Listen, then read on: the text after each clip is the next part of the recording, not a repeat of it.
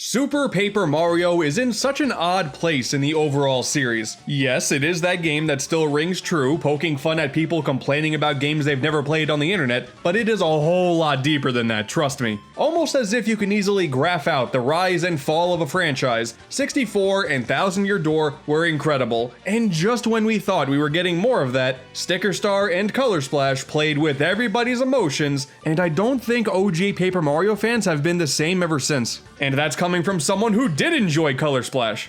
To be honest, at this point, your best bet is a little indie game called Bug Fables. Recently, I was given a code for the Switch version of the game from the publishers because this looks exactly like the game that fans have been wanting for years. And yeah, if you're one of those Paper Mario fans desperate for something to capture that original vibe, this is pretty damn great. And hey, look at that, we got ants in here. That's my species. Now you gotta check the game out.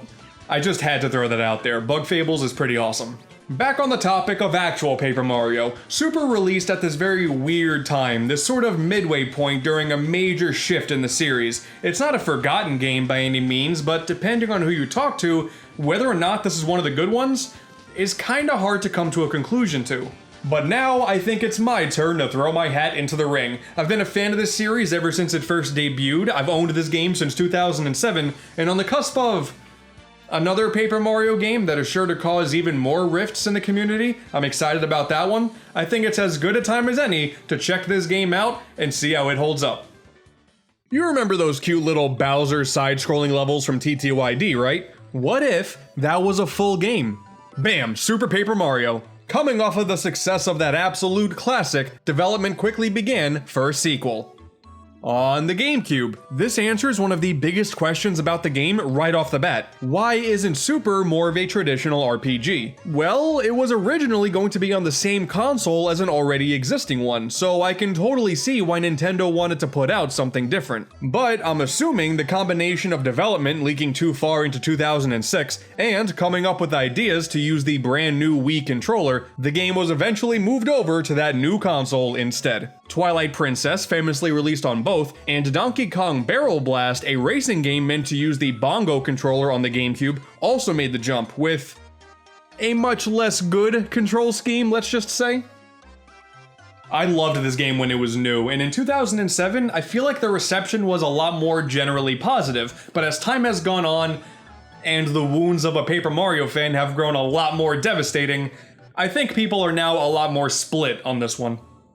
It does some of the things that made the original game special, but the gameplay was totally changed to be more experimental. Let's take a brand new core concept and just keep messing with it as the game goes on. No matter how outlandish the idea may be, we can figure out how to make it work. There's a dating sim in this one, for crying out loud. And this idea of experimentation within the Paper Mario franchise still carries through to this day, despite the fact that nobody asked for it. When looking at Super specifically, the aspect that easily gets the most praise is the story. And yeah, you know what? It is pretty fantastic, but in a way that is not so cut and dry. The game starts off with Peach getting kidnapped, and then you gotta go to the 8 worlds and defeat the bad guys to get the shiny things. That is so super basic and to the point, and for a while, it doesn't really get all that much deeper than that. Count Bleck makes for a pretty interesting antagonist, and his crew does have some bright moments, sporadic as they may be, especially when Mimi transforms into this terrifying spider thing. 10 plus years later? Yeah, bro, that's just creepy. Oh, and Dementio. Man. By the end of the adventure, this dude makes one a hell of a bad guy. Easily one of the most intimidating in the entire franchise. But for the first half of the game or so, things remain relatively bright and bubbly. A jolly romp through colorful worlds and wacky bad guys with a pretty great soundtrack in tow. Francis is still just as bizarre as always. Super weird otaku fills his mansion with cat-made robots and other Paper Mario references, and then there's that dating sim segment right before the actual boss fight, which is still hilarious. One of the conversation choices for Peach is asking a giant lizard how much he makes. That's genuinely amazing. This masked being, Mr. L, is pretty great as well. He looks so familiar too. I'm not really sure what it is, but there's just something about his appearance that reminds me of somebody else. Eh well, soon after meeting him, you fight a giant robot head in space, so I can't really be bothered trying to remember what I don't remember. This is just really cool. However, after that, things take a turn for the dire, I guess is a way to put it. In between each chapter, short text blurbs pop up telling the story of a pair of loved ones not able to live the lives they desire. And for the longest time, there's no context given to it, it's just up to you to figure out what's going on. We also get to see the inside of these meetings in Count Bleck's lair, and slowly get to see what his true motives have been this entire time. Before the game even begins, he forces a fake wedding between Peach and Bowser to call upon the Chaos Heart, and unleash its power to destroy the world. And during your adventure, you will see a black hole in the sky continue to grow in size. Now, in a typical game of this style, you think you'd be fixing things before the black hole reaches max capacity, but in all actuality, by the time you reach chapter 6 and you're in the middle of this tournament, you're actually too late, and the end of the world is about to occur. Once that news breaks, all of the participants in the tournament are terrified, and rightfully so. You watch their world get totally eaten up by a black hole.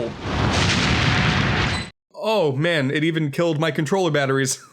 This got way too real too fast, hold on. All that remains is a lifeless white void. And just when you think you've made some real good progress, taking down Mr. L once again, he actually more or less gets totally killed, and then everybody else gets killed too, and now your main objective is to fight your way out of literal hell. I don't think anybody played Thousand Year Door and said, needs more hell. It's kind of cute. I mean, all of the spirit characters refer to this land as the Minus World, a clever little reference to the original Super Mario Bros. But when you look past that, these dudes are dead. And from there, the stakes keep growing to an incredible degree. And honestly, it can get kinda depressing too. Count Bleck's backstory and how he ties together with your primary partner, Tippy, is actually really well written. And it's cool how we have this bad guy wants to end the world plotline with so much depth that's told to you as a reward for making your way through the adventure. This part here is pretty notable. You must prevail. Let no one else in the universe feel this sadness. And then Luigi hits him with the okie dokie. God, Luigi, show some emotion, you're heartless. You can definitely make the argument that the story only gets good about 2/3 of the way through, but the end contrasts the cheerful beginning so much, it makes the holy cow, they got away with rated E for this moments have a much stronger impact. That being said, the bulk of the original characters do leave a lot to be desired. I always thought they were pretty uninteresting, and I was never really a fan of their blocky designs, but at least the locations are somewhat populated, so that's nice, and they don't really overstay their welcome, so it's not that big of a deal. They just don't compare at all to the townspeople of the previous games. We still get plenty of that good old Paper Mario wacky, goofy goodness, and plenty of emotional moments as well. It is a very fulfilling plot all the way through. There's this one part where Mario silently hesitates, leaving Luigi alone to fight for himself. This is more character development for Mario than you can find in any other Mario game in the entire franchise. After you beat the story, you're able to re-enter that previously destroyed tournament as a post-game extra, and since that is a result of you saving the world, it is a whole lot more satisfying than it would be otherwise. It's still incredibly repetitive, but hey, it's kinda cool. So yes, the story is just as awesome as everyone says it is. As for the gameplay, yeah, it's alright, I guess. I understand what they were going for here. You take the RPG elements of series past and tie it into the more traditional side-scrolling Mario gameplay. For the most part, it's fine, but there are so many things that were attempted here that, in my opinion, really don't land. Don't get me wrong, there is definite fun to be had here, but it often feels like they just couldn't settle on how much of an RPG they wanted this game to be. Your final party consists of Mario, Peach, Bowser, and Luigi, who surprisingly looks like Mr. L for some reason. I don't know, I don't understand that one. They each have their own abilities, but Mario is the only one able to perform the game's main gimmick, swapping the perspective from 2D to 3D. Since many of the game's puzzles and paths to progression lie within the 3D space, there's not much reason to play as anyone else. You change to Peach to cross over that long gap, and then immediately change back to Mario. The same goes for Luigi with higher platforms because he can jump higher. At least Bowser's a tank, able to deal extra damage to make bosses a breeze, but still, there's no reason to play as him otherwise. This also kinda nullifies a lot of the items too. There are plenty of options that you can find and purchase that give you RPG-like extra attacks. Utilizing them to deal the most damage usually takes far too long, and it's far too gimmicky to get right when you can just nail a few hits on the head instead in just as much time. And your partners this time around, the pixels, aren't all that useful either. Once you get carry, you're gonna stick to that one. It makes you faster and makes your hitbox for landing on enemies a little bit bigger.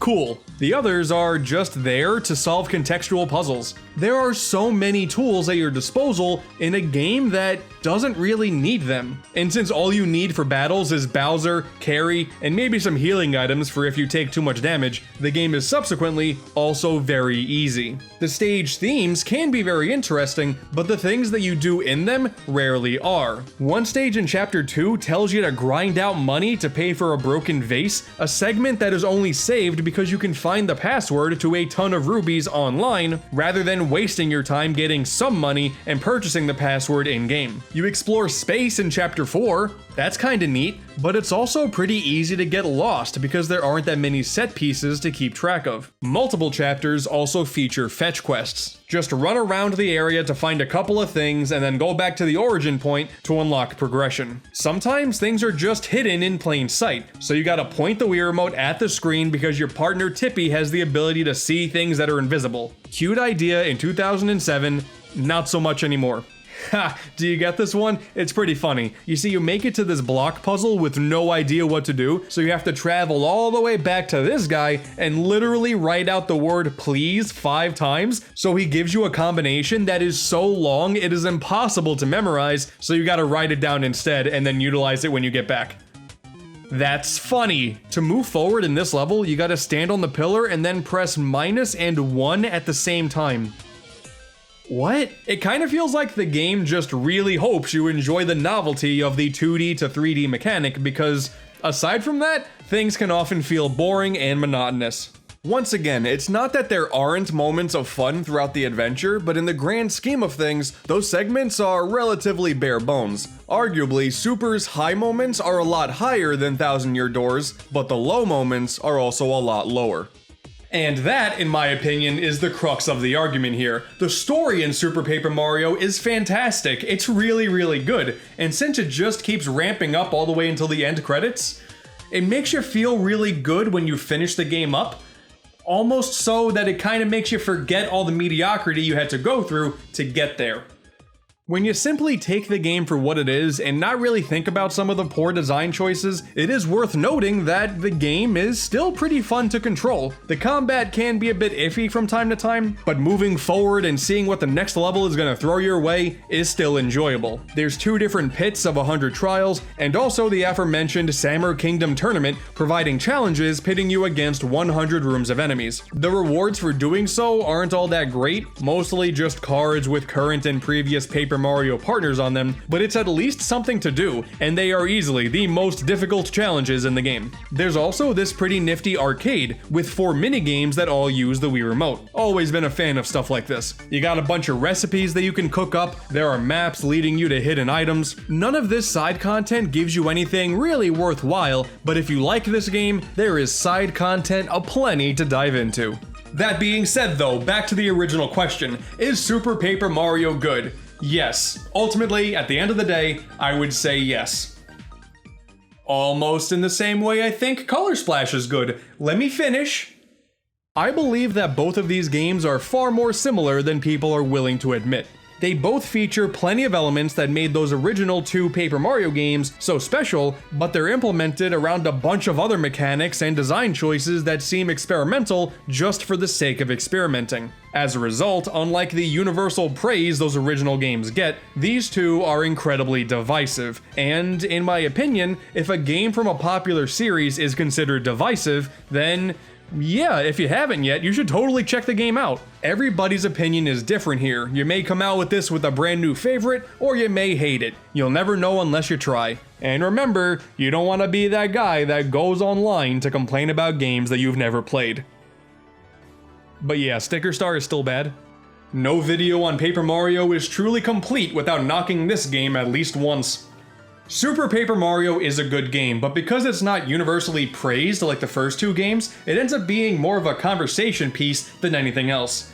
And let's be honest, that's kinda just the state of Paper Mario as a whole nowadays. What a trendsetter! On a bit more of a candid note now, that wraps up this year's Mario month. Had a lot of fun putting the videos out, and I think a lot of you guys enjoyed it, so I appreciate all the support. It's been a lot of fun, and I can't wait to do this next year. I already have a bunch of stuff planned out, and I can already tell you, it's gonna be a good time. Unlike Sticker Star, which isn't a good time, there you go, I said it twice. Don't say I don't go above and beyond for you people.